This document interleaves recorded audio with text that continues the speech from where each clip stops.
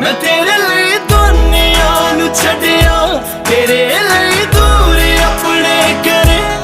मैं तेनू किन्ना चाहनी आ, ये गल तेरी सोच तो परे। मैं साह बिन सारे हो सकदी, तेरे बिन पल भी ना सरे। मैं तेनू किन्ना चाहनी आ, ये गल तेरी सोच तो परे।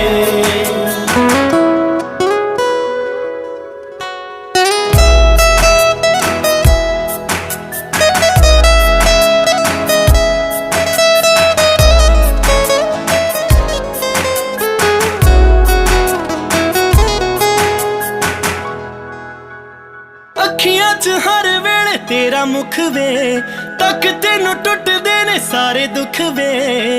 दी तेरी दा एह नजारा ना प्यास लगे ते ना